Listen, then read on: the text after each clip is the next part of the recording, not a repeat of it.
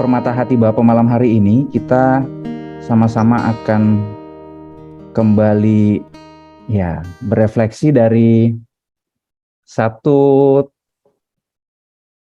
bahan bacaan ya Bapak Ibu dari kitab 1 Tesalonika. Ini harusnya menjadi bahan minggu lalu ya. Tapi kita bahas kemudian di minggu ini. Surat Paulus yang pertama kepada jemaat di Tesalonika. Ya, ini merupakan surat dari Rasul Paulus sendiri. Jadi penulisnya adalah Rasul Paulus yang dialamatkan kepada jemaat di Tesalonika. Untuk memahami konteks jemaat Tesalonika, Bapak Ibu Saudara, saya ajak kita semua untuk membuka Kisah Para Rasul 17. Nanti di sana kita akan menemukan konteks penulisan surat ini, ya. Silakan Bapak Ibu boleh buka Kisah Para Rasul 17. Ya, jadi di dalam Kisah Para Rasul 17 itu, di sana dikatakan bahwa Paulus bersama dengan Silas melakukan pelayanan ke kota besar yang bernama Tesalonika. Di sana mereka datang, lalu kemudian mereka diterima di satu rumah ibadah Yahudi, mungkin sinagoge, dan mereka mengajar di sana ternyata. Jadi mereka bukannya mengajar atau melakukan tradisi Yahudi, tetapi di sana mereka mengajar tentang satu hal yang benar-benar baru bagi orang-orang Yahudi di Tesalonika, yaitu Yesus Kristus. Ya, diceritakan di sana selama 3 sabat berturut-turut. Dan dengan kuasa Roh Kudus, kemudian banyak orang menjadi percaya atas pemberitaan mereka dan bergabung menjadi pengikut Kristus. Ya, bahkan juga beberapa orang Yunani, ya, itu percaya atas pemberitaan Paulus dan Silas. Nah, ketika mereka sudah semakin banyak, lalu orang-orang Yahudi yang tidak terpengaruh atas pemberitaan Paulus ini mulai muncul rasa iri hati dari orang-orang ini ya. Mereka merasa terancam atas apa yang Paulus beritakan. Lalu apa yang dilakukan? Mereka memprovokasi ya.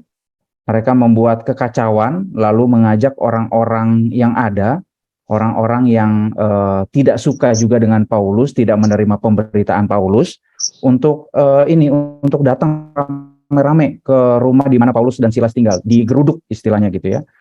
Dan mereka hendak menghadapkan Paulus ini ke sidang rakyat. Tuduhannya apa? Tuduhannya bahwa mereka berdua sudah mengajarkan sesuatu yang mengancam keamanan ya. Jadi ini tuduhannya bukan lagi sekedar alasan agama, tetapi juga alasan politis gitu ya, yaitu adanya raja selain Kaisar Roma, yaitu Yesus gitu ya. Jadi memang Paulus memberitakan bahwa Yesus Kristus ini adalah raja, dan ini yang menjadi bahan bagi orang-orang yang tidak suka dengan Paulus untuk dibawa ke sidang rakyat istilahnya, bahwa Paulus ini memberitakan Yesus yang adalah raja selain dari raja Romawi, selain dari Kaisar Romawi. Lalu sebelum digeruduk ya, Paulus dan Silas ini diminta untuk segera pergi dari Tesalonika menuju ke kota Berea ya. Dan di kota Berea ini juga sama, mereka memberitakan Injil kepada orang-orang Yahudi dan juga orang-orang non-Yahudi, dan banyak juga yang percaya di sana. Sampai akhirnya kabar ini terdengar juga kepada orang-orang di Tesalonika, orang-orang yang tidak suka dengan pemberitaan Paulus. Lalu apa yang dilakukan? Orang-orang yang tidak suka ini, yang mau berusaha menarik Paulus, menyeret Paulus ke sidang rakyat, itu mau menggeruduk Paulus di kota yang lain ini, di kota Berea ini. Tapi apa yang terjadi? Jemaat di sana juga sama seperti jemaat di Tesalonika, mereka langsung menyuruh Paulus untuk segera pergi dari Berea. Ya, jadi kita bisa lihat betapa Paulus ini menemui kesulitan ya dari orang-orang di Tesalonika sendiri yang menolak pemberitaan dia. Gitu. Dan kesulitan ini rupanya tidak hanya berlaku bagi Paulus si pemberita Injil, tetapi juga jemaat di Tesalonika. Mereka mengalami penganiayaan akibat iman mereka kepada Yesus Kristus. Dalam pasal 1 ayat 6 Paulus menulis, "Dan kamu telah menjadi penurut kami dan penurut Tuhan dalam penindasan yang berat, kamu telah menerima firman itu dengan sukacita yang dikerjakan oleh Roh Kudus." Nah, penderitaan seperti apa yang dialami oleh mereka? Kalau jemaat Kristen di Yudea itu mereka mengalami penderitaan dari orang-orang Yahudi ya, maka jemaat Tesalonika kurang lebih sama ya. Mereka mengalami penderitaan dari teman-teman sebangsa mereka, orang-orang Yahudi yang ada di sana yang menolak pemberitaan Paulus, juga penganiayaan dari teman-teman sekota mereka, orang-orang non-Yahudi yang tinggal di Tesalonika. Memang tidak secara eksplisit dituliskan oleh Paulus apa yang sebenarnya mereka alami, penderitaan yang mereka alami, tapi kalau dilihat dari isi surat Tesalonika, kita bisa menemukan bahwa jemaat ini adalah jemaat yang sangat setia, ya, kepada Yesus Kristus, ya. Jadi mereka tetap setia kepada pemberitaan Paulus tentang Yesus Kristus, dan penderitaan itu harus menjadi konsekuensi iman dari apa yang mereka yakini.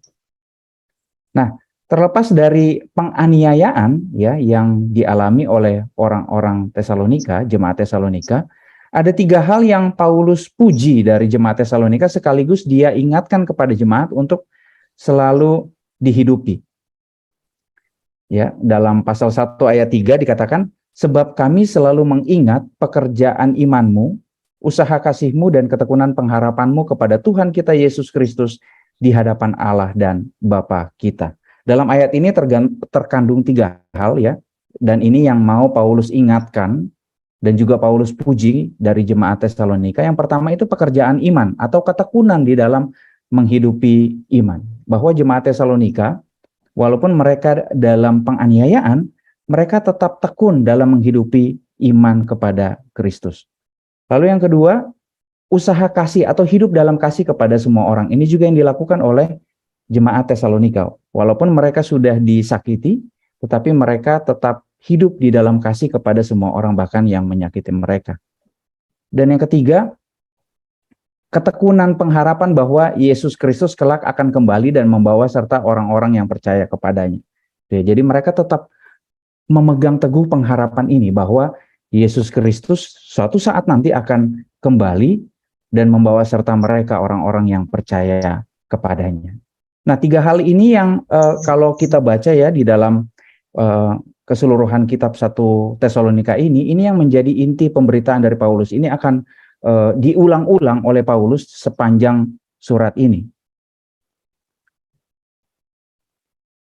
Nah, kalau kita melihat ke pasal yang kedua, Bapak Ibu dan saudara-saudara, di pasal 2 itu Paulus memberi teladan, ya, kepada jemaat, kepada kita pembacanya tentang bagaimana ia sebagai pemberita Injil sekaligus pemimpin di tengah-tengah jemaat itu kemudian membangun sebuah relasi dengan jemaatnya. Ya.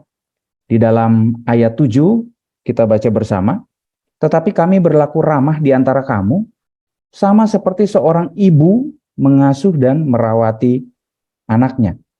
Lalu di ayat 11 juga kita baca bersama, kamu tahu betapa kami seperti bapa terhadap anak-anaknya, telah menasihati kamu dan menguatkan hatimu seorang demi seorang. Jadi Paulus menggunakan perumpamaan relasi antara anak dan orang tua dalam relasi dia dengan jemaat Tesalonika. Pertama, dia menggambarkan relasi ini sebagai relasi antara ibu, ya, dengan anak. Seorang ibu yang mengasuh dan merawat anaknya. Dalam tradisi patriarkal di zaman itu, ya, seorang ibu itu adanya dalam rumah. Dia yang membuatkan makanan, dia yang menyuapkan makanan, dia yang memandikan, dia yang membersihkan, dia yang menyiapkan segala kebutuhan anak-anaknya. Dan ini juga yang dilakukan oleh Paulus dan Silas terhadap jemaat Tesalonika. Ya, mereka merawat, mereka memelihara jemaat ini. Apapun mereka lakukan bagi jemaat ini, ya, dan mereka melakukannya dengan penuh kerelaan. Dalam ayat 8, ya, kalau kita baca pasal 2 ayat 8, bahkan Paulus mengatakan bahwa mereka rela untuk membagi hidup dengan jemaat Tesalonika karena jemaat Tesalonika sudah mereka kasihi. Ya, relasi antara ibu dengan anaknya. Ada satu lagu kan yang mengatakan, kasih ibu kepada beta tak terhingga sepanjang masa, hanya memberi tak harap kembali. Ya, kira-kira itulah yang dilakukan oleh Paulus dan Silas terhadap jemaat Tesalonika. Jadi betapa mereka sangat mengasihi jemaat ini, mereka merawat dan mengasuh jemaat ini. Yang kedua, Paulus menggambarkan relasi dirinya dengan jemaat sebagai relasi antara bapak dengan anak. Ya, jadi Paulus menerangkan fungsi seorang ayah dengan 3 hal. Kalau kita baca di ayat 11 sampai ayat 12 bagian A. Yang pertama itu menasehati, yang kedua menguatkan, dan yang ketiga itu meminta dengan sangat, ya. Menasehati, ya, kalau ada yang salah, ya harus dinasehati anaknya, gitu ya. Lalu kemudian menguatkan ini juga lebih kepada menghibur, begitu ya. Jadi kalau anaknya sedang patah semangat atau sedang bersedih, itu mereka hibur. Dan yang ketiga itu meminta dengan sangat, ya. Bisa berarti juga mendesak, gitu ya. Jadi mendesak anaknya untuk mau melakukan sesuatu. 3 hal ya, menasehati, menghibur, dan mendesak. Ketika si anak berbuat sesuatu yang salah, maka ayah itu wajib untuk menasehatinya. Kalau anak-anak sedang sedih karena gagal atau kecewa, maka seorang ayah itu hadir untuk menghibur.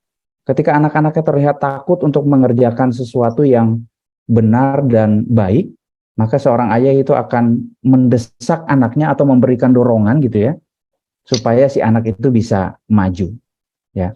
Jadi relasi ini yang digambarkan antara Paulus dengan jemaatnya. Nah, di dalam relasi ini Bapak Ibu Saudara, kita bisa melihat ada yang namanya kasih yang otentik, ya. Dalam relasi orang tua dan anak ada kasih yang otentik. Jadi Paulus kepada jemaat Tesalonika dia bukan cuma sekedar pencitraan, kelihatan baik di luar tetapi sebenarnya hancur di dalam, tidak. Dia juga nggak mau sekedar nyari posisi, ya, atau sekedar mencari jabatan atau sekedar mencari keuntungan dirinya sendiri, tetapi memberikan kasih, ya, kasihnya yang begitu besar kepada jemaat Tesalonika ini. Saat menulis surat 1 Tesalonika, bahkan Paulus itu sedang dapat tuduhan atau fitnah yang serius bahwa dia itu lagi mencari keuntungan materi atas pelayanannya di tengah-tengah jemaat Tesalonika. Oleh karena itu, kalau kita baca ya di dalam surat ini, beberapa kali Paulus tuh kayak kasih kata penegasan. Kamu tahu kan? Kamu tahu, kamu masih ingat. Kamu itu adalah saksi, gitu ya. Jadi kayak mau menegaskan bahwa iya, hubungan yang baik antara Paulus dengan jemaatnya itu hanya diketahui oleh kedua belah pihak ini, oleh jemaat dan oleh Paulus. Jemaat tahu betapa Paulus amat mengasihi jemaat ini. Yang kedua, dari relasi ini ada juga keteladanan, ya. Dalam relasi orang tua dan anak, relasi antara Paulus dengan jemaat di Tesalonika, ada keteladanan. Dalam ayat 10b ya, kalau kita baca bersama, Paulus menggunakan kata saleh, adil, dan tidak bercacat, ya. Berarti Paulus hidup dalam kesalehan, berarti dia juga hidup di dalam kekudusan. Lalu Paulus berlaku adil, ya. Artinya dia ketika berada di tengah-tengah jemaat Tesalonika, ia hidup dalam kebenaran, ya. Lalu juga hidupnya tidak bercacat, ya. Paulus mendaku diri hidupnya tidak bercacat. Tidak bercacat ini bukan berarti bahwa Paulus itu nggak punya kesalahan sama sekali, gitu ya, tanpa noda sama sekali, bukan. Tetapi dalam kehidupannya Paulus berusaha untuk menutup celah bagi dosa masuk, ya. Dia hidup dalam integritas, gitu ya. Apa yang dia yakini itu juga yang dia lakukan. Dan yang ketiga, ya, dari relasi antara orang tua dan anak, ya, yang menggambarkan relasi Paulus dan jemaat Tesalonika ini, kita melihat bahwa Paulus itu membimbing jemaat ini. Jadi menampilkan sebuah contoh saja tidaklah selalu cukup, ya. Dibutuhkan lebih dari sekedar contoh, yaitu harus mau membimbing, ya.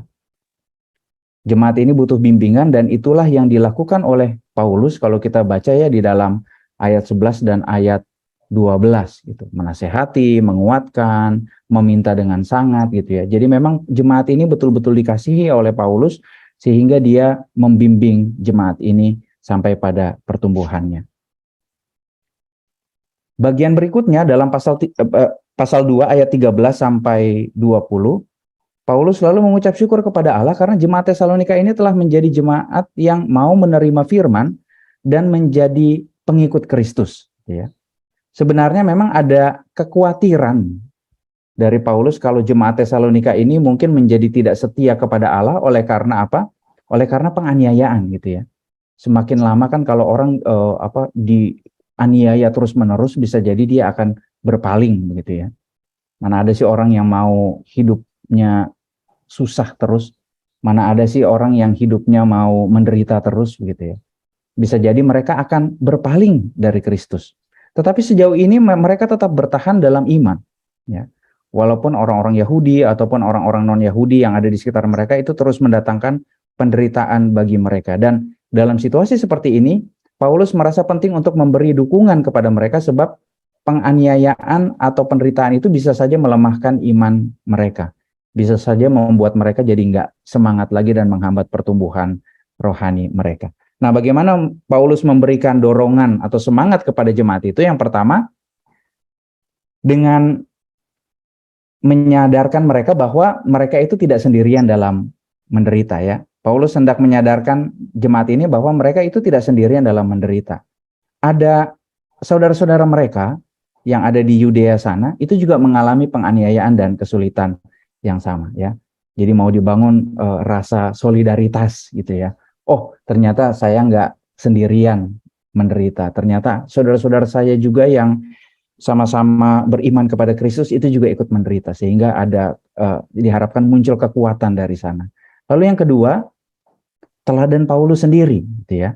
Paulus bercerita tentang dirinya yang juga mengalami penderitaan. Kalau kita baca di ayat ke-15, dia juga mengalami penganiayaan bahkan dari orang-orang Yahudi sendiri ya, orang-orang sebangsanya, karena dia mengikut dan melayani Tuhan. Kalau kita baca di ayat 18 ya, bahkan penganiayaan ini itu disebut oleh Paulus sebagai iblis gitu ya. Iblis ini kemudian menghalangi Paulus untuk mengunjungi jemaat di Tesalonika. Lalu yang ketiga, murka Allah akan menimpa para penganiaya ya. Jadi ini yang diberitahu oleh Paulus supaya jemaat ini jangan patah semangat ya, bahwa suatu saat nanti murka Allah akan menimpa para penganiaya pengikut Kristus ya, bahwa Allah itu nggak pernah diam, Allah tidak pernah membiarkan begitu saja para penganiaya, para iblis ini ya melakukan sebebas-bebasnya kejahatan mereka. Dan yang terakhir, Paulus mendorong jemaat ya, memberi semangat kepada jemaat dengan menggunakan pendekatan emosional ya. Jadi Paulus ini menyebut bahwa pengharapannya dia, sukacitanya dia, mahkotanya dia atau kemuliaannya dia itu siapa lagi kalau bukan kalian, gitu ya. Bahwa apa yang kulakukan selama ini semata-mata karena kalian, gitu ya. Karena jemaat Tesalonika ini. Jadi kalau bukan mereka siapa lagi? Nah, Paulus ini mau supaya jemaat Tesalonika ini tetap setia sampai kedatangan Kristus kembali. Kita masuk ke pasal berikutnya, pasal ketiga ya. Dalam kesulitan untuk datang ke Tesalonika, Rasul Paulus kemudian mengutus Timotius untuk jadi pemberita Injil sekaligus pembina iman jemaat di sana. Dan Timotius ini ternyata membawa kabar baik kepada Paulus. Dalam pasal 3 ayat 6, tetapi sekarang setelah Timotius datang kembali dari kamu dan membawa kabar yang menggembirakan, wah, jadi si Timotius ini datang ke Paulus lagi, lalu membawa kabar yang menggembirakan. Ada dua hal ya yang menggembirakan Paulus. Pertama, orang-orang percaya di Tesalonika ini ternyata berdiri teguh dan mampu menghadapi kesengsaraan yang besar itu serta masih menjaga kokoh iman mereka. Jadi apa yang Paulus tanam di sana itu ternyata tidak sia-sia. Mereka masih kokoh beriman kepada Kristus. Yang kedua, ternyata mereka enggak membenci Paulus ya, karena kepergiannya yang tiba-tiba ya. Mungkin Paulus punya rasa bersalah karena waktu itu dia meninggalkan jemaat ini tiba-tiba gitu ya, karena dia mendapat ancaman sehingga harus meninggalkan jemaat ini, dan barangkali itu mungkin akan membawa luka di tengah-tengah jemaat. Tetapi ternyata menurut kabar dari Timotius, jemaat ini oke-oke saja terhadap Paulus gitu ya. Bahkan mereka sangat menantikan kedatangan Paulus kembali. Mereka nggak membenci Paulus ya. Mereka masih sangat merindukan Paulus, masih tetap terikat di dalam persahabatan. Nah, selain dapat berjumpa dengan jemaat Tesalonika, Paulus juga menaruh harapan ya, supaya jemaat Tesalonika tetap hidup di dalam kasih. Tidak saja bagi orang-orang di dalam persekutuan mereka, tetapi juga bagi orang-orang yang ada di luar persekutuan, bahkan orang-orang yang menganiaya mereka. Lalu Paulus juga tetap mendorong jemaat ini untuk tetap hidup kudus dan tidak bercacat, ya. Ini seperti mengulang lagi pasal 1 ayat 3 tadi, ya. Jadi ada 3 hal yang tetap Paulus ingatkan untuk jemaat lakukan, yaitu hidup di dalam kasih, untuk tetap hidup kudus, ya, menjaga kekudusan, tetap bertahan di dalam iman, lalu juga tetap berpengharapan akan kedatangan Kristus yang akan mempersatukan mereka kelak. Kemudian kita masuk ke pasal yang keempat, ya. Pasal yang keempat dan juga pasal yang kelima ini, Bapak Ibu Saudara, jadi ini berisi nasihat, ya, sekaligus juga tantangan dari Paulus kepada jemaat di Tesalonika supaya mereka itu tetap harus terus bertumbuh, mereka harus tetap menjalani kehidupan sesuai dengan apa yang sudah diajarkan oleh Yesus Kristus dan apa yang sudah diteladankan oleh Paulus sendiri. Ya, jadi harus hidup di dalam kekudusan. Dasarnya apa? Ayat 7, pasal 4 ayat 7. Allah memanggil kita bukan untuk melakukan apa yang cemar, melainkan apa yang kudus, ya. Karena Allah itu adalah kudus, maka Ia menghendaki umatnya juga untuk melakukan hal-hal yang kudus, bukan hal-hal yang cemar. Nah, hidup dalam kekudusan itu dalam bentuk apa saja? Dalam pasal ini, Paulus menjabarkan beberapa. Yang pertama itu hidup sesuai dengan petunjuk hidup yang diajarkan Yesus dan diteladankan oleh para rasul. Itu bisa kita baca dalam ayat 1 dan ayat 2. Jadi hidup sesuai apa yang sudah diajarkan kepada mereka. Lalu yang kedua, ini tentang perkawinan, ya, tentang seksualitas, hidup dalam kemurnian perkawinan dan menjauhi percabulan.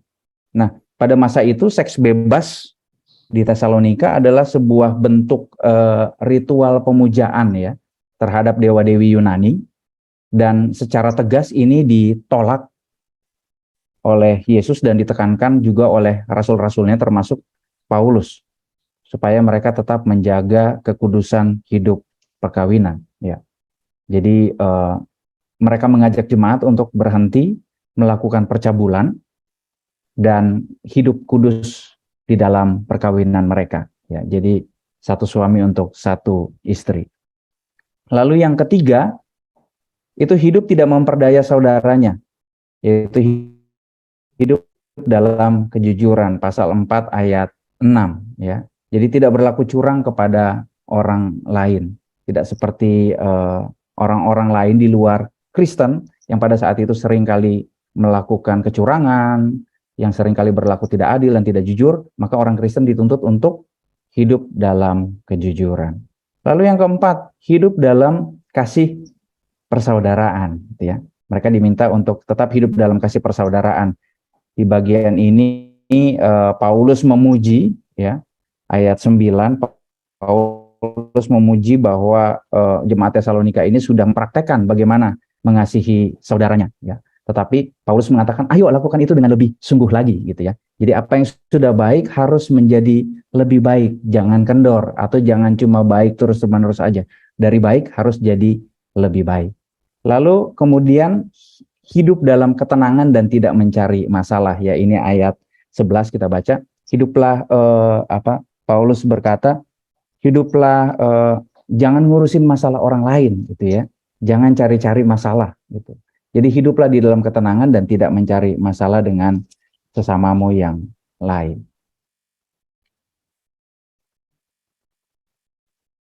Kemudian di akhir pasal 4, Bapak Ibu dan Saudara, Paulus mau mengajak pembacanya untuk kemudian tetap memiliki pengharapan akan kedatangan Kristus. Paulus mengingatkan jemaat Tesalonika pada pengharapan akan kedatangan Kristus kelak. Nah, intinya Paulus mau mengatakan kepada jemaat Tesalonika bahwa Kristus itu pasti akan datang dan akan membawa semua orang percaya masuk dalam kerajaan Allah. Tapi kemudian muncul pertanyaan, ya. Muncul pertanyaan di tengah jemaat Tesalonika. Apa yang akan terjadi pada saudara-saudara kita pada mereka yang meninggal sebelum Yesus datang kembali. Nah, ini menjadi satu pertanyaan serius yang kemudian dijawab oleh Paulus dalam bagian ini. Mereka, ya orang-orang Tesalonika bisa jadi ya, karena penganiayaan, bisa jadi mereka banyak juga yang meninggal. Bisa jadi mungkin ada persekusi yang begitu hebat, sampai akhirnya mereka kehilangan nyawa mereka. Nah, bagaimana dengan orang-orang yang dianiaya, dipersekusi sampai akhirnya mungkin meninggal?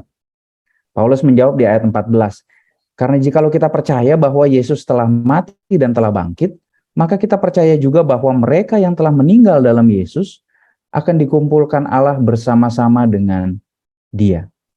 Bahwa yang mati itu akan dibangkitkan dan yang hidup akan diangkat dan bersama-sama akan menyongsong Tuhan yang datang, ya. Jadi seperti satu penggambaran tentang raja yang datang ke suatu tempat, ya. Seorang raja itu kan kalau datang ke satu tempat dia akan disambut begitu ya. Dia akan disambut dengan begitu meriahnya, dengan gegap gempitanya, dia akan dielu-elukan.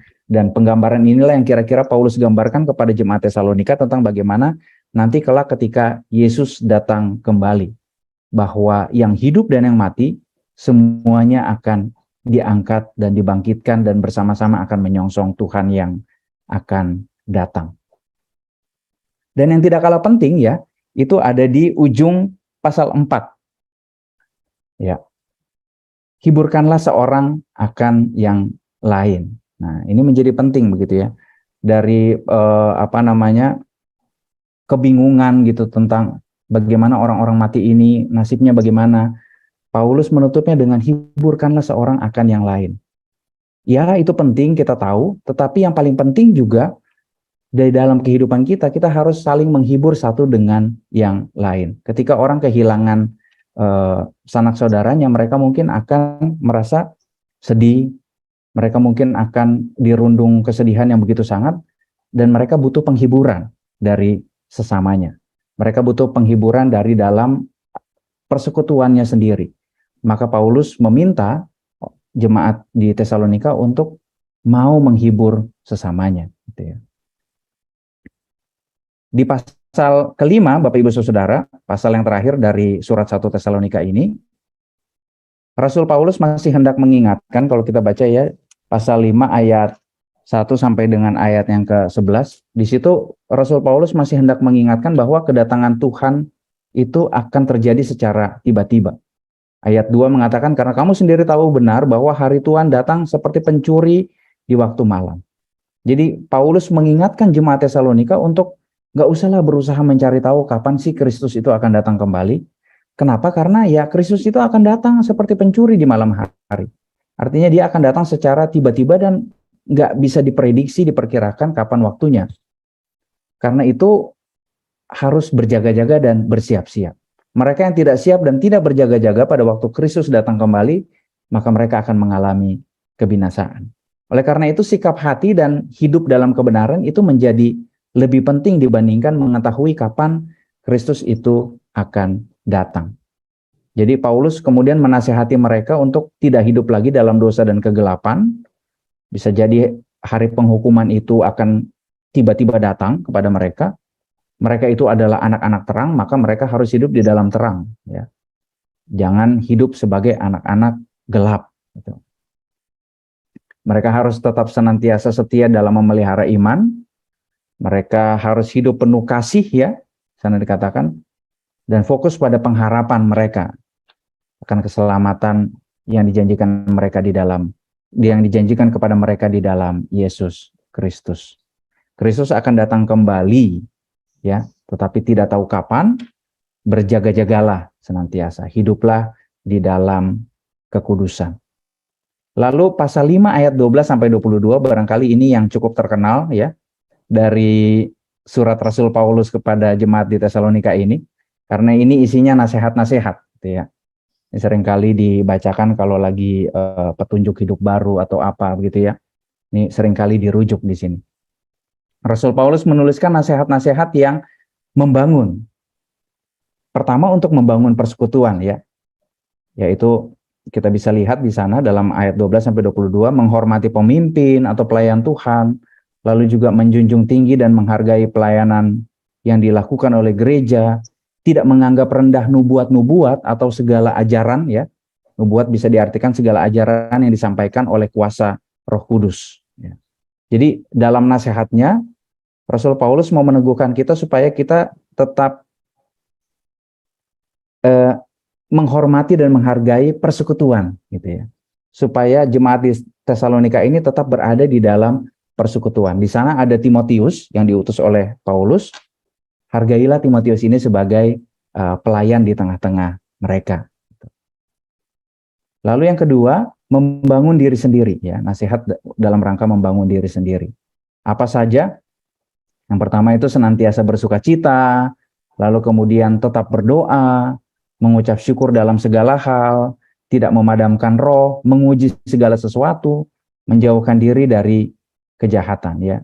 Paulus meminta supaya jemaat tetap melakukan ini di dalam kehidupannya. Bersukacita senantiasa, berdoa terus, mengucap syukur, ya, menguji segala sesuatu, menguji segala hal, segala pengajaran yang benar dan tidak benar, dan menjauhkan diri dari hal-hal yang tidak baik. Dan yang ketiga, untuk membangun persaudaraan, ya, yaitu membangun hubungan antar pribadi seorang dengan yang lain. Paulus menasihati jemaat supaya mau saling menegur kalau seandainya ada yang berbuat salah, lalu juga saling menghibur, gitu ya, ketika ada yang berduka cita dan dirundung kesedihan, lemah lembut satu dengan yang lain, kemudian bersabar dan tidak membalas kejahatan dengan kejahatan, ya. Wah, kalau kita yang baca mungkin ini biasa-biasa aja gitu ya, tetapi ketika ini ditempatkan dalam konteks jemaat Tesalonika tadi, ya, yang penuh dengan pergumulan, penganiayaan dan penderitaan dari sesamanya, dari orang-orang yang ada di luar jemaat, wah, ini satu hal yang radikal, bahkan mungkin mustahil untuk dilakukan, gitu ya. Masa tetap bersuka cita, gitu ya, ketika kehidupan ini kok rasanya nggak baik. Masa kok tetap mengucap syukur ketika habis dihajar mungkin oleh sesamanya yang lain, gitu ya. Bahkan harus terus berbuat baik dan jangan membalas kejahatan dengan kejahatan. Wah, masa udah dijahatin dengan begitu hebat, kita harus membalasnya dengan kebaikan. Nah, ini satu ajakan, satu nasihat yang sangat radikal oleh Paulus, dan ini yang Paulus minta supaya jemaat Tesalonika dan kita semua yang membaca suratnya lakukan di dalam kehidupan kita hari lepas hari. Selanjutnya Paulus di akhir menutupnya dengan salam, ya. Jadi Paulus selalu begitu, membukanya dengan salam, lalu menutupnya juga dengan salam.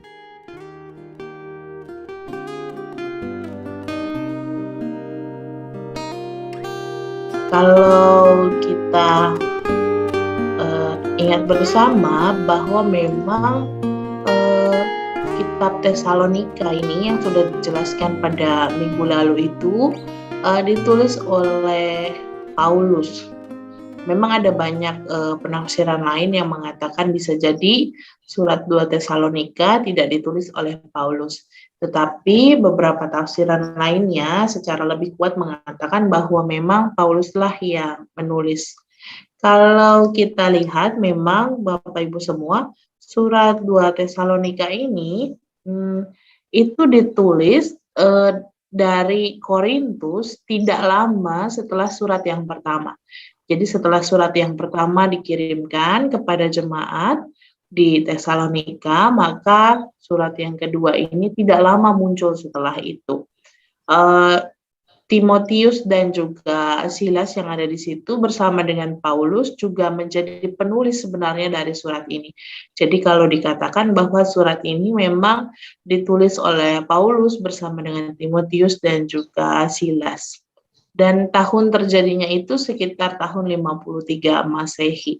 Jadi setelah ia menulis surat 1 Tesalonika, jemaat membaca, lalu Paulus mendapatkan laporan tentang kondisi orang-orang Tesalonika, bahwa masalah seperti yang minggu lalu dibahas, masalah yang sudah dibahas, yang sudah dijelaskan di surat 1 Tesalonika, tidak hanya berlanjut masalahnya, tetapi masalah yang ada itu semakin buruk. penganiayaan semakin meningkat dan juga orang-orang di Tesalonika semakin bingung tentang hari kedatangan Yesus.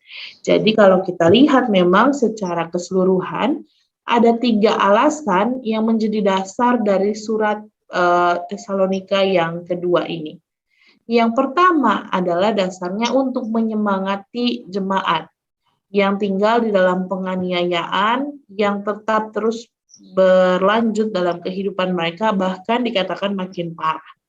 Lalu kemudian untuk meluruskan sejumlah kesalahpahaman tentang kedatangan Yesus yang kedua atau hari Tuhan.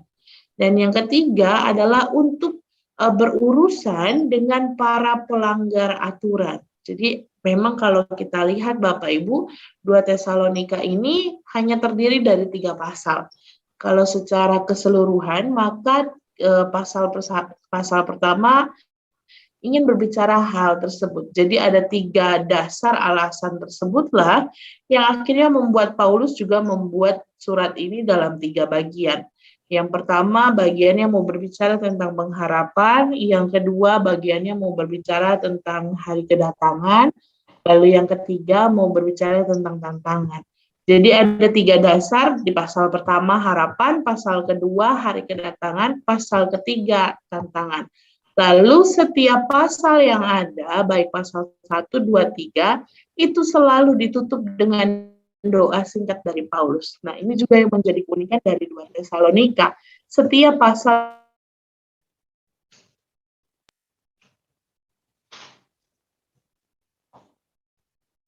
yang ada selalu ditutup dengan Tesalonika. Lalu mari kita melihat setiap bagian yang ada. Pada pasal 1 itu dibuka oleh Paulus dengan sebuah doa ucapan syukur atas kesetiaan dan juga atas kasih jemaat Tesalonika. Jadi kalau kita lihat Bapak Ibu memang pada pasal yang pertama ini yang ditampilkan di sana adalah doa ungkapan syukur pada bagian yang pertama atas kasih dan juga atas kesetiaan jemaat di Tesalonika. Lalu pada ayat berikutnya di pasal 3 dan pasal 4, di ayat 3 dan ayat 4, Paulus itu mengucapkan syukur atas pekerjaan yang telah dilakukan Tuhan. Jadi memang ini adalah sebuah awalan yang baik ya, ketika Paulus mengucapkan salam, dia juga mengucapkan ungkapan syukur atas apa yang Tuhan lakukan kepada umat. Salah satunya adalah ia melakukannya dalam ucapan syukur ini dilakukan Paulus di dalam sebuah ketulusan, karena memang dia melihat, Paulus melihat bahwa apa yang terjadi pada jemaat Tesalonika adalah hasil dari pekerjaan Tuhan. Lalu Paulus juga mengucap syukur karena apa yang dikerjakan Allah kepada jemaat Tesalonika. Ada 3 hal yang membuat Paulus sangat mengucap syukur. Yang pertama adalah iman yang makin bertambah. Yang kedua adalah kasih kepada sesama yang semakin kuat. Dan yang ketiga adalah ketabahan dan iman dalam segala penganiayaan dan penindasan. Jadi 3 hal ini yang membuat Paulus mengucap syukur kepada Allah atas apa yang dialami oleh jemaat di Tesalonika. Di dalam penganiayaan dan penindasan yang mereka alami, ternyata mereka memiliki iman yang semakin bertambah. Kasih mereka terhadap sesama juga semakin kuat. Nah, kalau kita lihat memang Bapak Ibu, ini juga dapat menjadi indikator, dikatakan sebagai ciri-ciri gereja yang tetap hidup. Gereja yang hidup adalah gereja yang memiliki iman yang semakin bertambah, lalu memiliki kasih kepada sesama, kepedulian kepada sesama yang semakin kuat. Lalu kemudian atas dasar inilah Paulus ini mengucap syukur. Dengan kata-kata ini sebenarnya Paulus juga menunjukkan kepada kita bahwa kita ini berkewajiban sebenarnya, kita ini juga bisa mengucap syukur kepada Tuhan, tidak hanya ketika Tuhan itu melakukan kebaikan untuk kita.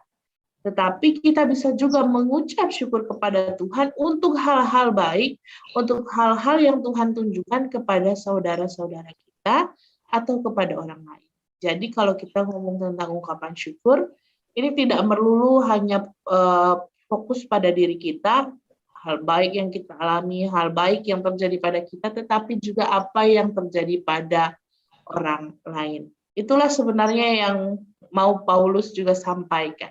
Lalu kemudian pada bagian selanjutnya, kita mendapatkan sebuah fakta bahwa memang jemaat di Tesalonika itu sedang mengalami penganiayaan.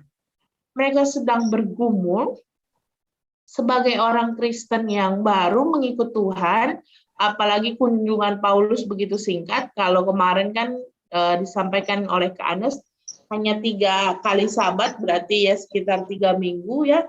Mereka itu masih di dalam sukacita sebenarnya secara keadaan. Karena karya Tuhan dalam hidup mereka. Karena mereka baru menerima Kristus, sebenarnya secara keadaan mereka ini masih sukacita. Namun sukacita yang mereka hadapi ini mendapatkan tantangan. Mereka mengalami penindasan dan penganiayaan oleh karena iman mereka. Jadi apa yang terjadi pada mereka adalah karena iman mereka. Penindasan, penganiayaan yang terjadi pada diri mereka adalah karena mereka memilih untuk mengikut Kristus. Jadi penganiayaan ini datang dari mana? Datang dari para tetangga, dari orang-orang Yunani, dari orang-orang Romawi, bahkan juga dari orang-orang Yahudi yang terus-menerus menganiaya mereka sebagai para pengikut Kristus. Oleh sebab itu, Rasul Paulus menuliskan surat ini untuk memberikan mereka kekuatan. Jadi dalam pasal yang pertama kita bisa melihat, Bapak Ibu semua, Paulus ini memberikan kekuatan sekaligus mengajarkan kepada mereka tentang kekuatan Allah yang dapat mengatasi segala pergumulan dan juga penderitaan yang mereka alami. Jadi bukan hanya memberikan kekuatan, tetapi Paulus memberikan pengajaran tentang Allah yang mampu mengatasi segala pergumulan dan penderitaan mereka. Rasul Paulus memberikan penghiburan dan pengharapan. Dalam ayat yang ke-5, kita bisa mengatakan bahwa memang Paulus itu mengatakan bahwa mereka yang tetap beriman di dalam penderitaan akan dinyatakan layak bagi kerajaan Allah. Ini luar biasa Bapak Ibu untuk sebuah penguatan kepada orang-orang di Tesalonika. Bahwa mereka yang tetap beriman walaupun sedang dalam menghadapi penderitaan, mereka ini akan dinyatakan layak bagi kerajaan Allah. Bukan hanya layak mengikut Kristus, tapi juga layak untuk mendapat bagian dalam kerajaan Allah. Lalu pada bagian berikutnya adalah mereka akan diberikan kelegaan. Sedangkan orang-orang yang menganiaya mereka akan dihukum secara adil di dalam penghakiman Allah. Paulus mengungkapkan bahwa akan tiba saatnya hukuman kebinasaan itu dijatuhkan oleh Tuhan. Ada sebuah pembalasan, Tuhan itu akan membalas penindasan kepada 3 kategori orang. Jadi ada 3 kategori orang yang akan dihukum, dihakimi oleh Tuhan. Kita bisa membaca bahwa pada bagian ayat di pasal 1 ini, 3 kategori orang itu siapa saja? Yang pertama jelas orang-orang yang menindas. Mereka adalah orang-orang yang akan dihukum secara adil. Tetapi bukan cuma orang-orang yang menindas, tetapi mereka yang tidak mau mengenal Allah jugalah yang akan dihukum secara adil. Jadi mereka ini adalah orang-orang yang memang secara sadar memilih untuk tidak mau mengenal Allah melalui Yesus. Lalu kemudian siapa lagi? Yang ketiga adalah golongan orang-orang yang tidak mentaati Injil Yesus. Bisa jadi dia kenal Yesus, bisa jadi dia ikut Yesus, tapi dia menjadi orang-orang yang tidak mentaati Injil Yesus. Jadi Bapak Ibu menarik untuk melihat bahwa penghakiman yang dilakukan oleh Yesus, hukuman yang akan dijatuhkan oleh Yesus, menurut Paulus akan dijatuhkan kepada 3 kategori orang ini. Orang yang menindas, mereka yang tidak mau mengenal Allah, dan mereka yang tidak mentaati Injil Yesus. Lalu pembalasan yang mereka terima apa? Hukuman yang mereka terima apa? Hukuman yang mereka terima dalam ayat 9 dikatakan bahwa mereka akan dijauhkan dari hadirat Tuhan dan dari kemuliaan dan kekuatan Tuhan. Jadi hukumannya adalah mereka ini akan menjalani hukuman kebinasaan selama-lamanya. Dijauhkan dari hadirat Tuhan dan dari kemuliaan kekuatan Tuhan. Bapak Ibu, seperti tadi yang saya katakan, bahwa di bagian akhir setiap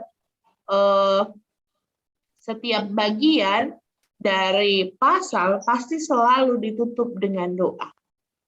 Untuk itulah memang sebenarnya Rasul Paulus berharap agar mereka ini dilayakkan dan disempurnakan oleh Tuhan di tengah penderitaan mereka. Agar umat di Tesalonika senantiasa dimurnikan oleh Tuhan. Dengan demikian memang tujuannya adalah nama Tuhan dipermuliakan. Paulus berdoa agar Tuhan menggunakan sebenarnya penderitaan-penderitaan yang dialami ini membawa perubahan karakter yang mendalam, sehingga kehidupan umat di Tesalonika dapat membawa kemuliaan bagi nama Tuhan. Jadi inilah yang menjadi doa Paulus. Paulus tidak hanya meminta supaya umat kuat, tetapi juga dengan kekuatannya menyempurnakan kehendak-Mu untuk selalu berbuat baik dan menyempurnakan segala pekerjaan iman-Mu. Sebenarnya ada harapan Paulus bahwa di dalam penderitaan yang sedang dialami itu akan membawa perubahan karakter ke arah yang lebih baik. Tujuan perubahan karakter itu adalah untuk nama Tuhan dimuliakan. Nah, Bapak Ibu, itu adalah bagian pertama dari 2 Tesalonika, pasal yang pertama. Kita beranjak ke pasal yang kedua. Setelah pasal yang pertama berbicara tentang penderitaan, lalu juga bagaimana orang-orang itu akan mendapatkan balasannya. Pasal yang kedua membahas persoalan yang paling utama adalah sebenarnya kalau di pasal kedua itu tentang hari Tuhan. Jadi kalau kita lihat memang pasal yang kedua itu memiliki pokok persoalan tentang hari kedatangan Tuhan.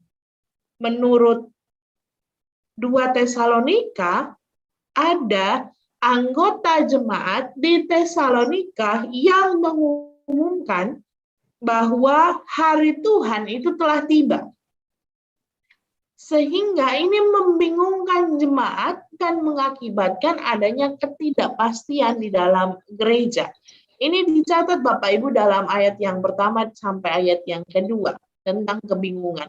Tentang kedatangan Tuhan kita Yesus Kristus dan terhimpunnya kita dengan Dia, kami minta kepadamu saudara-saudara supaya kamu jangan lekas bingung dan gelisah, baik oleh ilham roh maupun oleh pemberitaan atau surat yang dikatakan dari kami, seolah-olah hari Tuhan telah tiba. Jadi ada semacam manipulasi begitu Bapak Ibu, berita bohong, berita hoax yang disebar mengatasnamakan Paulus dan rekan-rekannya yang mengatakan bahwa hari Tuhan itu udah tiba loh. Nah, inilah yang membuat umat di Tesalonika kebingungan loh. Kok hari Tuhan udah tiba? Padahal kami masih di dunia ini, kami masih mengalami penderitaan, kami masih mengalami pergumulan. Nah, kebingungan itulah yang membuat umat akhirnya bingung dan bertanya-tanya. Hari Tuhan itu kayak apa? Hari Tuhan itu bagaimana? Kok kami kalau hari Tuhan udah tiba, kenapa kami tidak bertemu? Nah, nampaknya memang Bapak Ibu, mereka ini begitu bergairah dengan hari Tuhan. Memang kalau kita lihat bahwa ini dipengaruhi oleh kelompok-kelompok yang juga memberitakan bahwa hari Tuhan telah tiba. Seperti juga yang menjadi tantangan bagi Timotius. Kalau kita lihat di kitab 1 Timotius. Menentang pemberitaan ini, Paulus menyatakan bahwa kedatangan Tuhan itu belum tiba. Oleh karena itu, jemaat jangan disesatkan dengan pemberitaan yang membingungkan.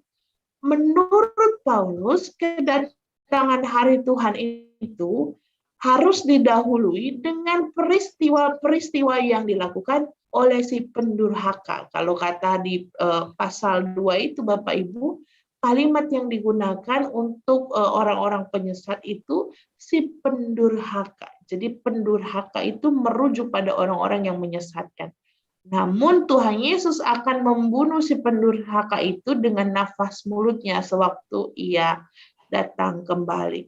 Sebenarnya Bapak Ibu, Paulus ini mengenakan tradisi tentang kedatangan kembali yang diajarkan oleh Yesus dan menyatakan bahwa akan ada tanda-tanda yang mendahului hari kedatangan kembali. Termasuk penderitaan yang dialami oleh jemaat adalah salah satu tanda. Karena memang kita bisa lihat dalam 2 Tesalonika pasal yang kedua ayat 7, karena secara rahasia kedurhakaan itu mulai bekerja dan akan mencapai puncaknya pada hari kedatangan Tuhan. Namun lagi-lagi bahwa Allah, Paulus menekankan bahwa Allah berkuasa untuk membinasakan si pendurhaka itu dan memulihkan kembali keadaan umat. Kalau kita lihat Bapak Ibu dalam pasal 2, ada banyak sebenarnya tanda-tanda yang coba diungkapkan oleh Paulus terkait tanda-tanda kedatangan hari Tuhan yang semakin mendekat atau tanda-tanda yang menunjukkan bahwa hari Tuhan segera datang. Ada banyak, saya memuat 3. Yang pertama, sebelum hari itu haruslah datang dahulu murtad dan haruslah dinyatakan dahulu manusia durhaka yang harus binasa. Jadi memang akan ada orang-orang yang akan berbalik murtad ya, lalu kemudian haruslah dinyatakan dahulu bahwa orang-orang yang menyesatkan ini binasa. Lalu kemudian lawan yang meninggikan diri di atas segala yang disebut atau yang disembah sebagai Allah, bahkan ia duduk di bait Allah dan mau menyatakan diri sebagai Allah. Maka akan ada lawan, maka akan ada opposite, maka akan ada orang-orang yang menganggap dirinya sebagai Allah dan menyatakan dirinya sebagai Allah. Ini adalah tanda-tanda bahwa hari Tuhan makin dekat. Lalu apalagi tandanya? Tandanya kedatangan si pendurhaka. Itu adalah pekerjaan iblis dan akan disertai rupa-rupa perbuatan ajaib, tanda-tanda dan mukjizat-mukjizat palsu dengan rupa-rupa tipu daya jahat. Jadi kalau kita lihat Bapak Ibu, memang Paulus berusaha untuk menuliskan tanda-tanda tentang hari kedatangan Tuhan.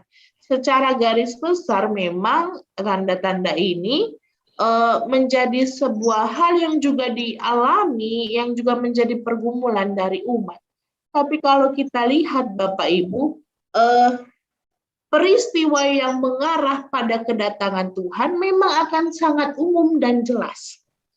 Jadi harusnya umat nggak perlu khawatir.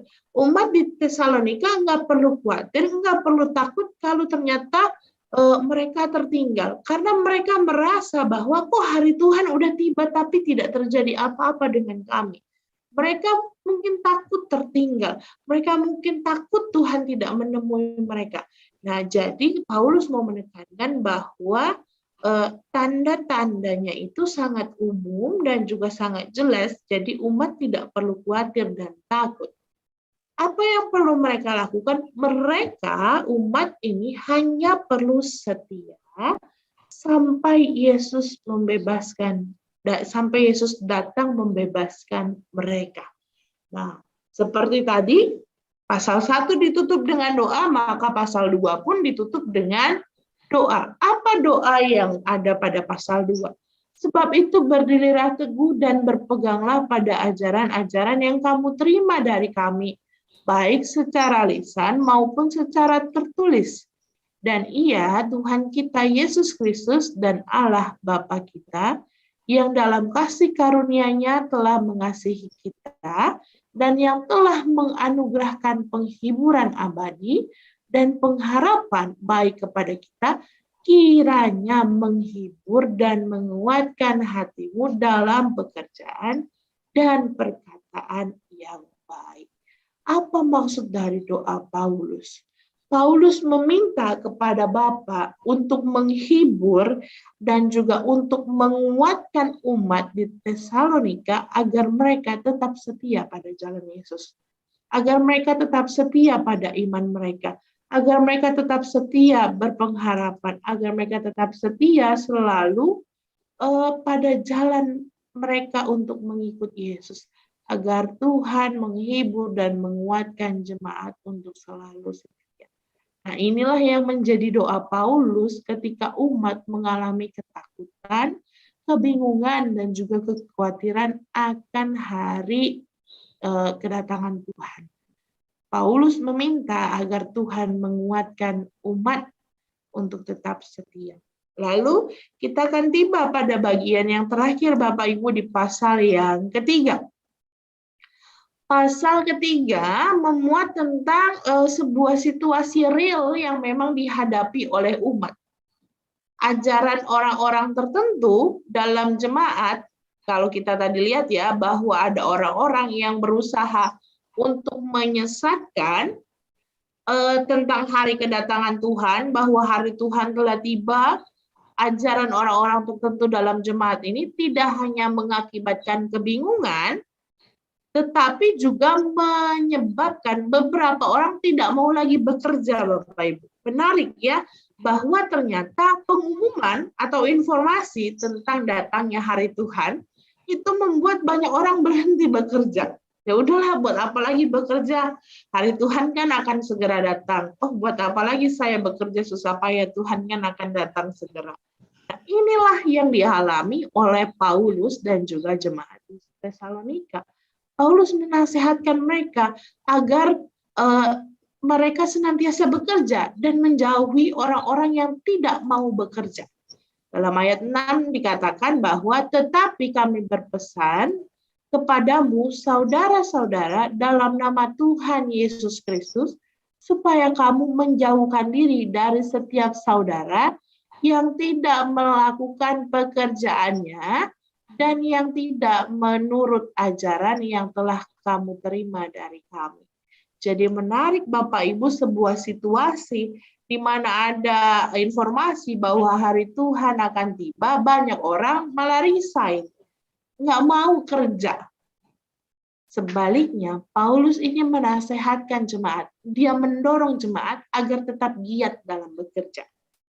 Nasihat ini sebenarnya Bapak Ibu nasihat untuk giat bekerja, tetap bekerja, bukan nasihat yang baru yang disampaikan oleh Paulus dan juga bukan cuma ditujukan kepada jemaat di Tesalonika.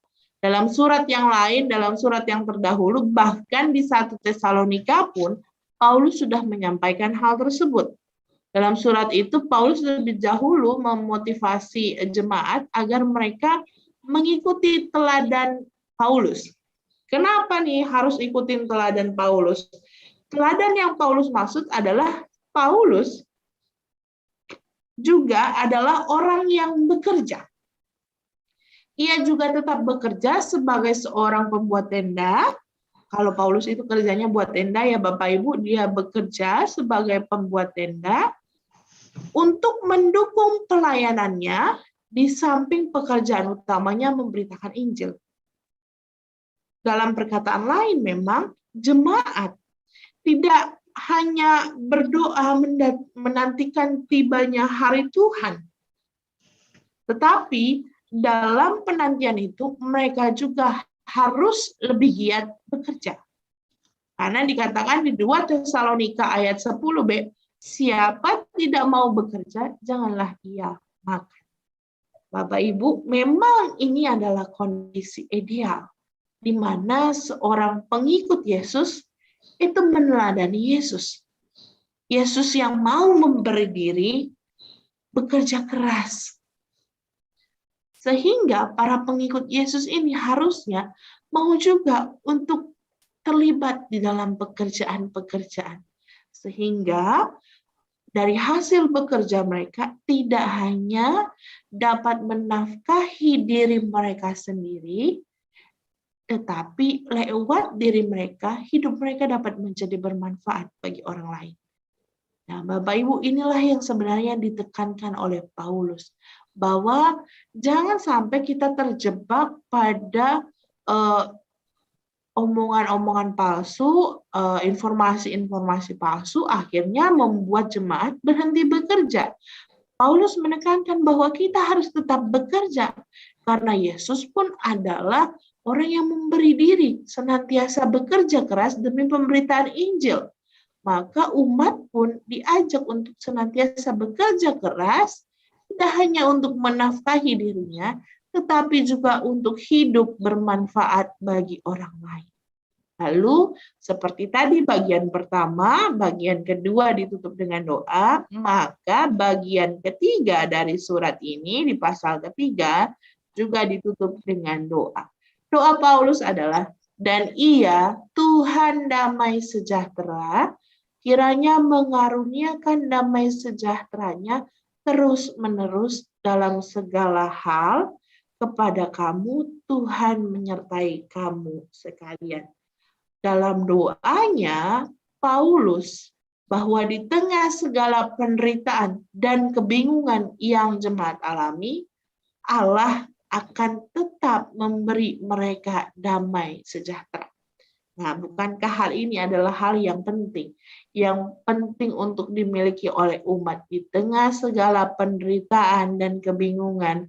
Damai sejahtera Allah adalah hal yang umat butuhkan agar mereka tetap dapat melanjutkan kehidupannya di tengah segala macam persoalan, penderitaan, penganiayaan, kebingungan, informasi-informasi palsu yang mereka dapatkan. Nah, Bapak Ibu, pada bagian terakhir kita bisa melihat bahwa memang Paulus berharap bahwa nasihat-nasihat yang ia sampaikan ini dapat menenteramkan dan juga menguatkan jemaat di Tesalonika dalam menyongsong masa depan. Surat singkat ini membantu kita untuk melihat bahwa memang orang Kristen mula-mula percaya pada kedatangan Yesus dan memiliki pengharapan akan hari terakhir. Namun gagasan, kepercayaan, dan pengharapan akan kedatangan Yesus tidak dimaksudkan untuk menentukan tanggal dan harinya, tetapi untuk menghasilkan pengharapan dan kesetiaan bagi orang-orang Kristen. Jadi memang ketika berpengharapan dan percaya kepada kedatangan Yesus, tidak untuk menentukan, tidak terjebak pada penentuan spekulasi hari, tanggal, jam berapa, tahun berapa. Tetapi ketika kita percaya akan kedatangan Yesus dan memiliki pengharapan akan hari terakhir ini, membawa kita pada sebuah pengharapan dan juga wujud, kita mewujudkannya dalam tindakan kita, yakni setia kepada Yesus sampai batas akhir kehidupan kita semua.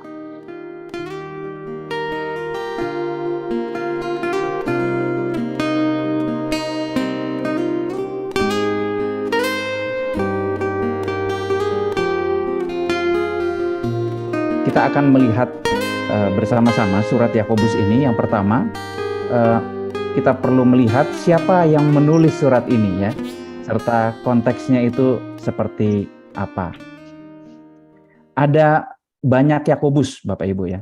Kalau kita baca di dalam Perjanjian Baru itu, misalnya di Injil Markus pasal 3 itu ada Yakobus anak Zebedeus dan juga Yakobus anak Alfeus. Mereka berdua ini adalah murid dari Yesus.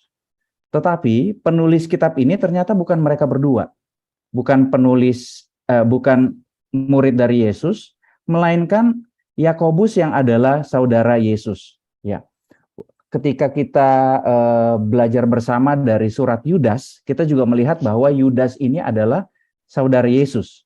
Nah, Yakobus ini pun adalah saudara Yesus. Jadi bisa dibilang antara Yakobus dengan Yudas dan Yesus ini mereka bersaudara. Seperti yang kebetulan waktu Yudas juga saya yang menyampaikan, seperti yang saya sampaikan bahwa saudara ini memang masih polemik ya di antara para ahli. Bersaudaranya ini bagaimana? Apakah bersaudara satu rahim dengan Yesus, ataukah juga ini bersaudara tiri, atau juga jangan-jangan ini adalah persaudaraan sepupu begitu ya. Jadi Yakobus dan Yesus ini adalah sepupu dari Yesus. Lalu siapa Yakobus? Yakobus disebut pada saat itu adalah soko guru jemaat di Yerusalem ya, bersama dengan Petrus. Kalau Bapak Ibu bisa baca di Galatia 2 ayat 9 ya. Disebut soko guru. Nah, soko guru ini bukan sebutan biasa ya, tetapi mau menggambarkan pemimpin dari para pemimpin saat itu. Jadi setelah Petrus pindah dari Yerusalem untuk membuat jemaat-jemaat baru, Yakobus kemudian mengambil alih kepemimpinan jemaat Yerusalem. Dan Yakobus dianggap berhasil dalam pelayanan pemberitaan Injil yang dibuktikan dengan ada banyak petobat baru di Yerusalem, di jemaat Yerusalem. Ya, kalau kita baca di peristiwa Pentakosta, Kisah Para Rasul 2 ayat 4, itu terjadi di Yerusalem ya, ketika Roh Kudus turun ada banyak orang yang kemudian bertobat, dan ini menjadi konteksnya si Yakobus, si penulis surat ini. Lalu catatan sejarah juga menyebutkan bahwa di sekitar tahun 46 sampai 51 Masehi telah terjadi penganiayaan yang berat terhadap orang percaya yang berada di kota Yerusalem, sehingga mereka terpencar-pencar ke daerah-daerah lain. Jadi di satu sisi ada pertumbuhan, jumlah orang Kristen semakin banyak di Yerusalem, tetapi di sisi yang lain, orang-orang Kristen ini kemudian ditekan, bahkan pun dianiaya, yang menyebabkan orang-orang Kristen itu banyak yang kemudian pergi dari Yerusalem, ya, mencari tempat-tempat lain, mencari tempat-tempat yang baru. Nah, di dalam pasal 1 ayat 1 ya, kalau Bapak Ibu baca, pasal 1 ayat 1 surat Yakobus, di sana dijelaskan Yakobus menulis kepada ke-12 suku di perantauan. Siapa mereka? Yaitu orang Yahudi yang sudah menjadi pengikut Yesus ya, yang terserak di seluruh daerah sekeliling Israel. Jadi Yakobus ini menggunakan istilah 12 suku ya. 12 suku yang ada di perantauan. Mereka ini adalah orang-orang yang sudah tersebar gitu. Nah, mereka ini kebanyakan para petobat baru yang kemudian harus meninggalkan Yerusalem karena ancaman dan tekanan dari orang-orang Yahudi yang menolak dan tidak setuju terhadap kekristenan pada waktu itu. Dan berbeda dengan surat-surat Paulus ya, kalau kita baca, dan surat Petrus, surat Yakobus ini enggak tertuju kepada satu jemaat secara spesifik ya. Tetapi Yakobus menunjukkan suratnya itu untuk semua orang Kristen Yahudi yang ada di segala tempat. Mari kita coba lihat bersama ya, pasal demi pasal. Saya mencoba merangkumnya bagi kita semua. Ya, Yakobus 1 itu yang mau dijelaskan oleh Yakobus adalah iman sejati adalah iman yang tahan terhadap pencobaan.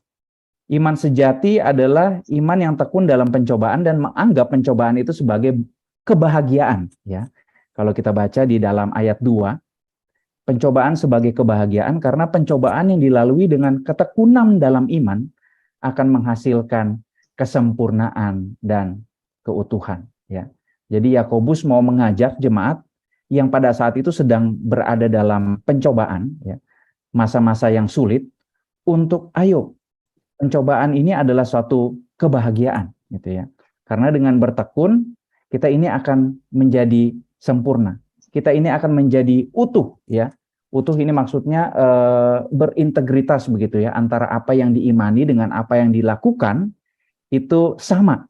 Bukan apa yang diimani apa, yang dilakukan apa gitu ya. Beriman kepada Yesus tetapi yang dilakukan tidak mencerminkan apa yang diimaninya itu. Lalu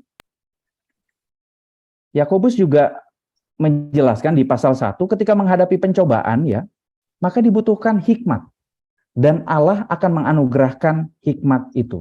Dengan catatan bahwa orang beriman ini tidak bimbang, dia tidak khawatir dalam menghadapi pencobaan. Kenapa? Karena harus diyakini bahwa Allah tetap beserta sehingga orang beriman ini akan terus hidup dengan tenang.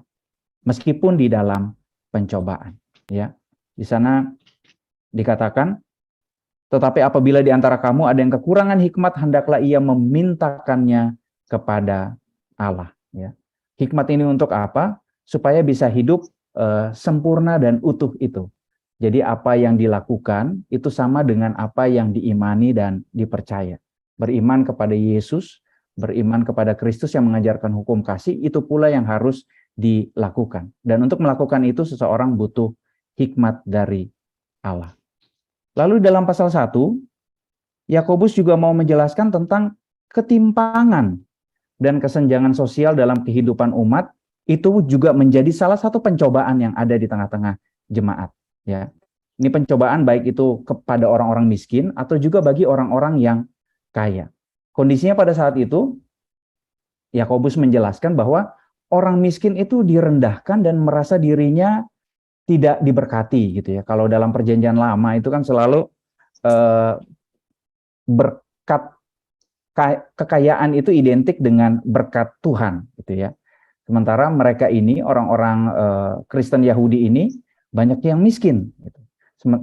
Dan juga direndahkan sehingga mereka merasa bahwa mereka ini tidak diberkati. Sementara orang-orang kaya, orang Kristen Yahudi yang kaya pada saat itu, karena hartanya lalu jatuh dalam kecongkakan dan ketamakan serta meninggikan dirinya.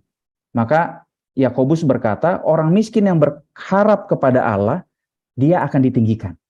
Sementara orang kaya yang pikirannya congkak, yang cara hidupnya congkak, yang suka meninggikan diri, dia akan direndahkan dan kekayaannya itu akan berlalu dan lenyap. Ya, di sana dikatakan, saudara yang berada dalam keadaan yang rendah, bermegah karena kedudukan yang tinggi.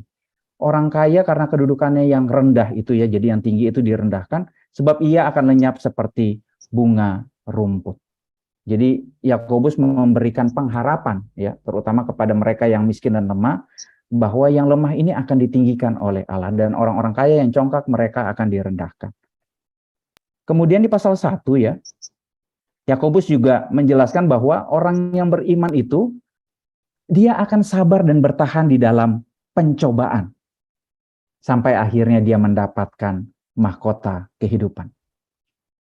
Orang yang beriman tidak akan marah atau menyalahkan Tuhan karena keadaan, ya, atau menyalahkan Tuhan bahwa Tuhan yang memberikan pencobaan itu, tidak. Sehingga pencobaan terbesar itu harus dipahami bukan datang dari luar, gitu ya, melainkan dari diri sendiri yang tidak tahan terhadap pencobaan itu dan kemudian mengutuki Tuhan. Ya, dalam ayat 12-13 pasal 1 di sana dikatakan, berbahagialah orang yang bertahan dalam pencobaan. Sebab apabila ia sudah tahan uji, ia akan menerima mahkota kehidupan yang dijanjikan Allah kepada barang siapa yang mengasihi dia. Ya. Allah tidak dapat dicobai oleh yang jahat dan ia sendiri tidak mencobai siapapun. Kemudian masih di pasal 1, Yakobus hendak menjelaskan bahwa iman kepada Kristus itu didasarkan pada firman, ya, firman yang diberitakan oleh para rasul. Maka sebagai pengikut Kristus, umat harus percaya pada firman yang diberitakan itu. Nah, ini yang menariknya dan mewarnai seluruh surat ini, bahwa Yakobus menuntut umat Kristen dengan amat sangat, ya, dia menuntut untuk menjadi pelaku firman. Bukan cuma pembaca firman atau pendengar firman saja, tapi juga pelaku firman. Yesus berfirman tentang hukum yang terutama, ya, kita tahu bersama, yaitu hukum kasih. Dan hukum kasih ini harus dilakukan. Bukan cuma didengar, bukan cuma diketahui, tapi tidak dilakukan. Melainkan harus dilakukan. Ya. Secara tegas, Yakobus menyatakan di sana, tetapi hendaklah kamu menjadi pelaku firman dan bukan hanya pendengar saja. Sebab jika tidak demikian, kamu menipu diri sendiri. Lalu, Yakobus juga menjelaskan bahwa perbuatan baik dan penuh kasih itu sama nilainya dan sama pentingnya dengan ibadah ritual. Ya, ini menjadi menarik gitu ya. Ketika orang Yahudi itu sangat berfokus pada ritual keagamaan, dan memang konteks jemaatnya Yakobus ini yang ditujukan itu adalah orang Kristen Yahudi, sehingga pola keberagamaannya, keyahudiannya itu masih ke bawah-bawah begitu ya, yang masih fokus pada ritual. Nah, Yakobus ini berusaha untuk menjelaskan bahwa ibadah itu ritual memang, tetapi juga harus aktual ya, harus dilakukan di dalam kehidupannya hari lepas hari. Jangan cuma beribadah secara ritual tetapi tidak melakukan ibadah di dalam kehidupannya ya. Maka ibadah itu menjadi ibadah yang sia-sia ya. Di sana Yakobus mencoba menjelaskan ibadah sejati itu mengunjungi yatim piatu dan janda-janda dalam kesusahan mereka ya, menolong orang lain, berlaku kasih, dan menjaga supaya dirinya sendiri tidak dicemarkan oleh dunia, melakukan firman Tuhan dan taat pada kehendak Tuhan. Itu yang bisa kita dapatkan dari Yakobus pasal 1 yang menurut saya sendiri ini seolah-olah menjadi intisari dari seluruh surat Yakobus ini. Kenapa? Karena pokok-pokok ini akan kita temukan dalam pasal-pasal selanjutnya. Lalu di pasal 2 ya, Yakobus hendak menyatakan bahwa iman sejati itu dibuktikan dengan perbuatan baik. Ya. Iman yang sejati tidak memandang muka ataupun membeda-bedakan orang, tetapi akan menghormati dan mengasihi semua orang, baik itu orang kaya atau orang miskin. Bahwa iman itu tidak menilai orang berdasarkan pakaiannya seperti apa, tampilan luarnya seperti apa, gitu ya. Tidak membeda-bedakan. Sebagai orang yang mengetahui hukum kasih, orang-orang Kristen ini, maka wajib hukumnya untuk mengasihi semua orang dan tidak terjebak pada yang namanya pilih kasih. Ya. Hukum kasih itu akan, menurut bahasa Yakobus, akan memerdekakan semua orang. Bahkan hukum kasih itu akan mencukupkan kekurangan orang miskin. Gitu ya. Jadi Yakobus dengan tegas mengatakan bahwa hukum yang digunakan untuk menilai seseorang layak atau tidak layak di hadapan Allah itu bukan hukum melakukan ritual segala macamnya, tetapi adalah hukum kasih. Perbuatan kasih yang dilakukan itu akan membuktikan iman kepada Kristus. Maka sekali lagi Yakobus mau mengatakan bahwa iman yang sejati adalah iman yang dibuktikan. Ya. Perbuatan kasih itu akan membuktikan iman seseorang kepada Kristus. Jangan cuma NATO ya, istilah kerennya no action talk only. Gitu. Jadi Yakobus secara belak-belakan menyebut di sana, ini menurut saya ini agak sedikit ketus mungkin Yakobus nyebutnya ya. Setan-setan juga percaya sama Tuhan. Tapi kan mereka tidak melakukan hal yang baik, tidak disertai dengan perbuatan kasih, melainkan melakukan hal yang buruk gitu ya. Jadi nggak cukup cuma tahu Tuhan, kenal Tuhan, tetapi harus lakukan kasih itu. Ya, ada juga contoh dari Abraham. Abraham percaya lalu juga taat di dalam perbuatannya. Lalu juga Yakobus menunjukkan contoh dari Rahab ya, seorang pelacur yang kemudian menolong 2 orang Israel yang menjadi pengintai.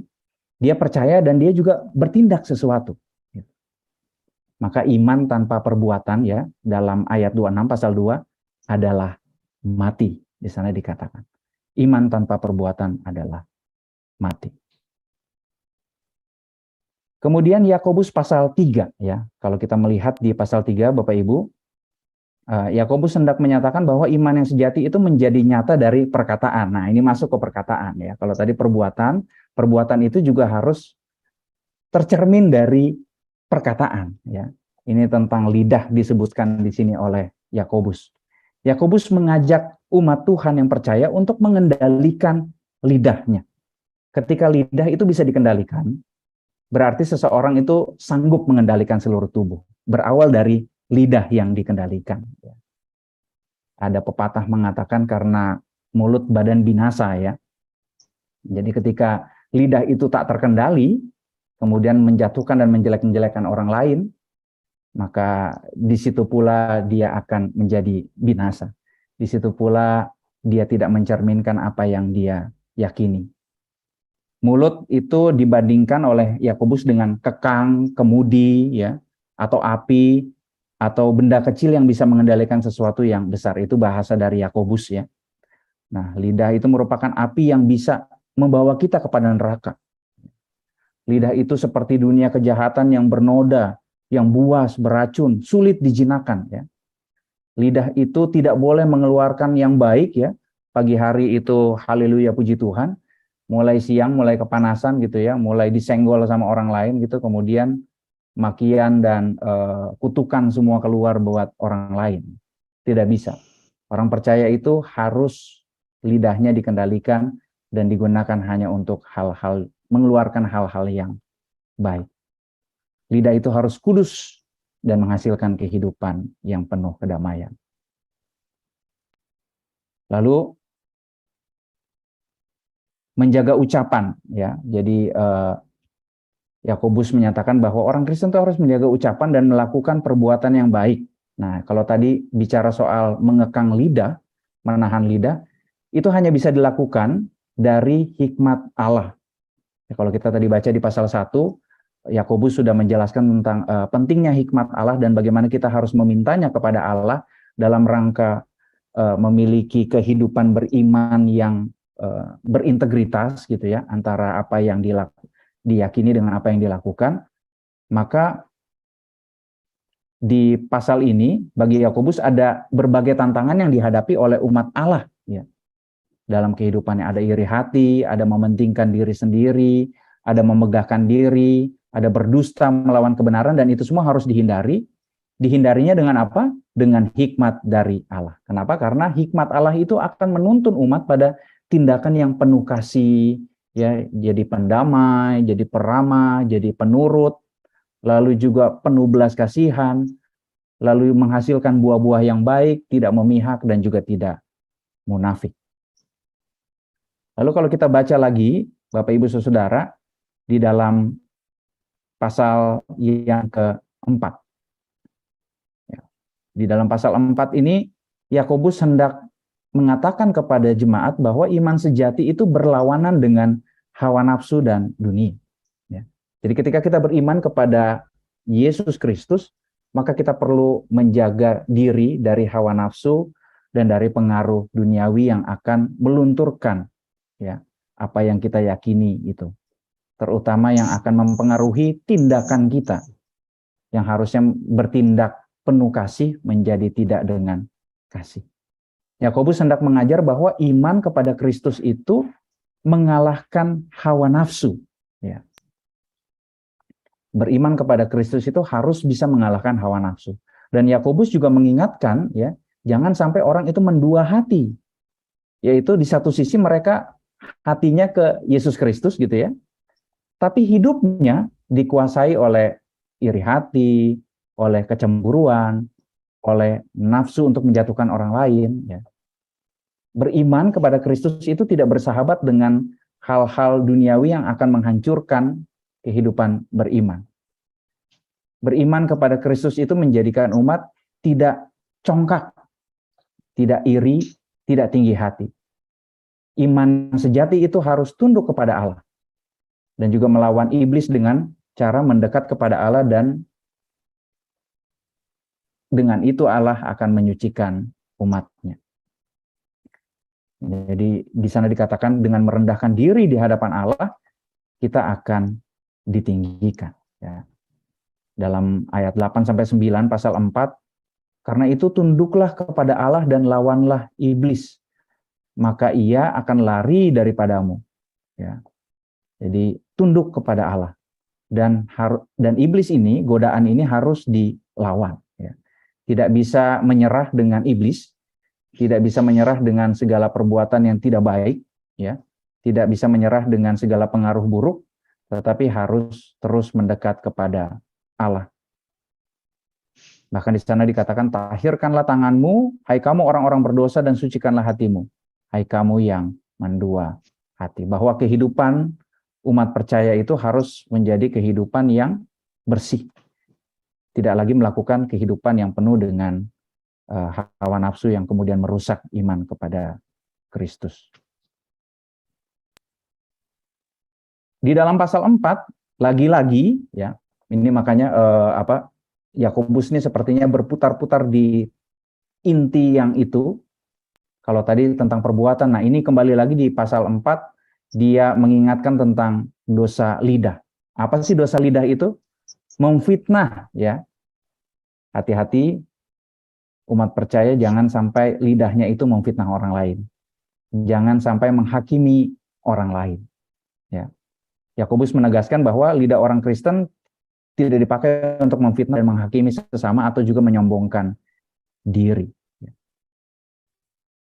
Ayat 11 di sana dikatakan, janganlah kamu saling memfitnah. Barang siapa memfitnah saudaranya atau menghakiminya, dia mencela hukum dan menghakiminya. Dia mencela hukum. Hukum ini seringkali disebut ya di dalam surat Yakobus. Hukum ini merujuk kepada hukum kasih yang Yesus ajarkan kepada murid-muridnya. Kan diajarkan harus mengasihi. Tetapi itu kenapa mulutnya kok fitnah orang lain? Padahal itu suatu hal yang tidak benar. Namanya fitnah yang nggak benar ya. Lalu juga menghakimi. Padahal belum tentu dia salah, tetapi dengan mudahnya menghakimi. Kemudian, Yakobus kembali mengingatkan orang-orang kaya yang congkak. Ya, dalam ayat 13 sampai ayat 17. Yakobus mengingatkan keangkuhan dan kecongkakan orang-orang kaya yang beranggapan bahwa mereka akan selamanya kaya. Ya, ini menarik bahasa yang digunakan oleh Yakobus. Jadi sekarang, hai kamu yang berkata, hari ini atau besok kami berangkat ke kota Anu dan di sana kami akan tinggal setahun dan berdagang serta mendapat untung. Jadi seolah-olah kayak orang-orang ini tuh dengan begitu yakinnya, ya, dengan begitu sombongnya, mereka mengetahui bahwa kemanapun mereka pergi, apapun yang mereka lakukan, mereka tetap akan dapat untung dan mereka akan tetap kaya. Gitu ya. Nah, ini diingatkan oleh Yakobus, hati-hati, ya, harus percaya ya pada kedaulatan Allah, bahwa hidup termasuk juga di dalamnya harta adalah milik Allah. Sehingga hari ini mungkin ada, tapi bisa saja itu hilang, ya, menguap, ya, di keesokan harinya. Nah, iman sejati itu harus tunduk dan mencari kehendak Allah. Mau mengenal yang baik, tapi juga melakukan yang baik itu. Itu pasal 4. Nah, kita masuk ke pasal yang terakhir dari surat Yakobus ini. Di pasal 5, Yakobus mau mengatakan bahwa iman sejati itu tekun berpengharapan sampai kedatangan Tuhan. Jadi Yakobus mengajarkan bahwa orang beriman itu hidup dengan yang namanya pengharapan. Itu yang jadi modalnya. Beriman dan berpengharapan. Bukan dengan mengandalkan harta, mengandalkan kekayaannya gitu ya. Jadi Yakobus ini masih terus saja mengingatkan orang-orang kaya yang congkak ya. Jadi ada catatannya, bukan sembarang orang kaya yang diingatkan di sini, tapi orang-orang kaya yang congkak gitu. Bahwa kekayaan itu hanya sementara, kekayaan itu akan busuk, akan dimakan ngengat dan juga kemudian berkarat. Nah, di sana dikatakan kita bisa mengerti ya mengapa Yakobus ini agak keras sepertinya terhadap orang-orang kaya yang congkak, karena ternyata di sana ditemukan, kalau kita baca di ayat 4, telah terdengar teriakan besar karena upah yang kamu tahan dari buruh yang telah menuai hasil ladangmu, dan telah sampai ke telinga Tuhan semesta alam keluhan mereka yang menyabit panenmu. Ternyata terjadi ketidakadilan di sini. Gitu ya. Jadi Yakobus menemukan bahwa ada banyak orang-orang kaya Kristen Yahudi itu yang kemudian memperlakukan para pekerjanya semena-mena. Ya. Jadi upahnya ditahan, tidak dibayar, ya, padahal mereka sudah memiliki kekayaan, tetapi itu tidak, hak yang menjadi milik dari si pekerja itu tidak diberikan. Nah, ini yang ditegur dengan amat sangat keras oleh Yakobus. Lalu kemudian di bagian selanjutnya, Yakobus mengingatkan bahwa umat Tuhan yang ada dalam pencobaan dan penderitaan perlu menantikan dengan sabar kedatangan Tuhan. Kenapa? Karena Tuhan itu akan datang sebagai hakim. Ya.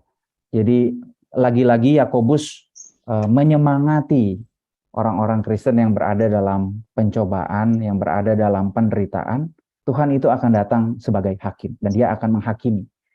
Jadi jangan khawatir, jangan kemudian menjadi hidupnya itu menjadi merasa hidup yang tidak berguna, karena satu saat nanti Tuhan akan datang kembali, dan di dalam penderitaan itu umat akan menerima mahkota kehidupan.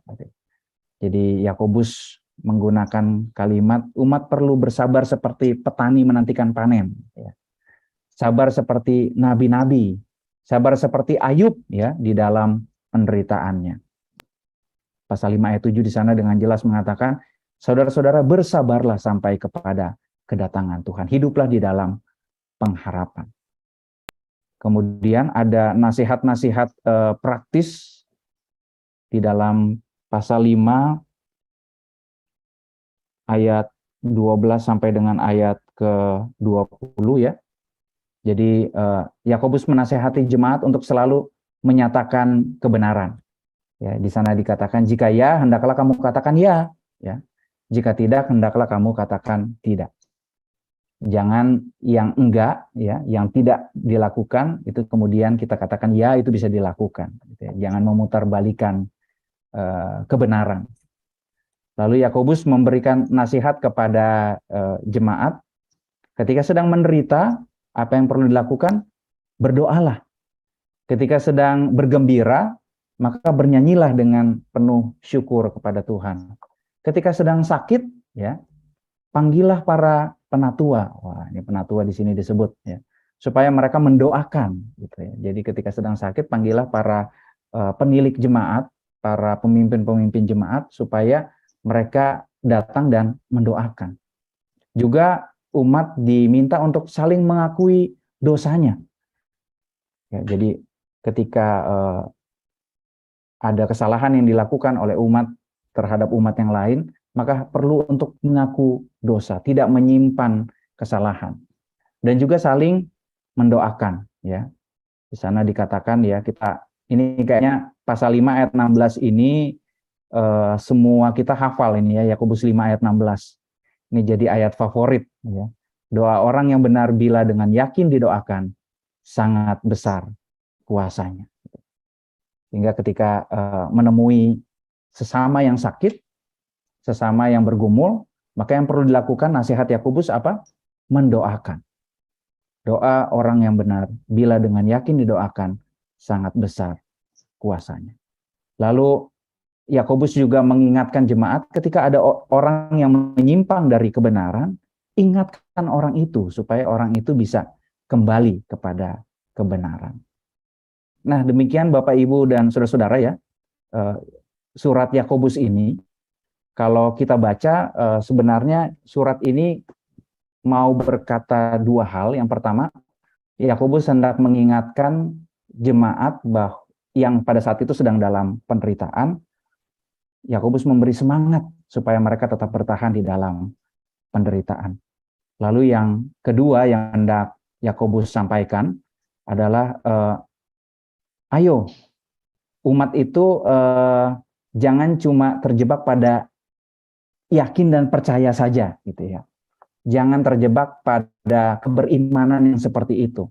Iman yang sejati itu harus dilakukan ya, harus diterapkan dalam kehidupan. Iman yang sejati itu harus terlihat di dalam perbuatan yang mengasihi sesama.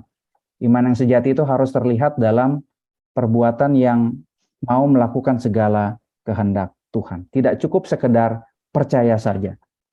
Makanya yang cukup digarisbawahi itu iman tanpa perbuatan adalah mati.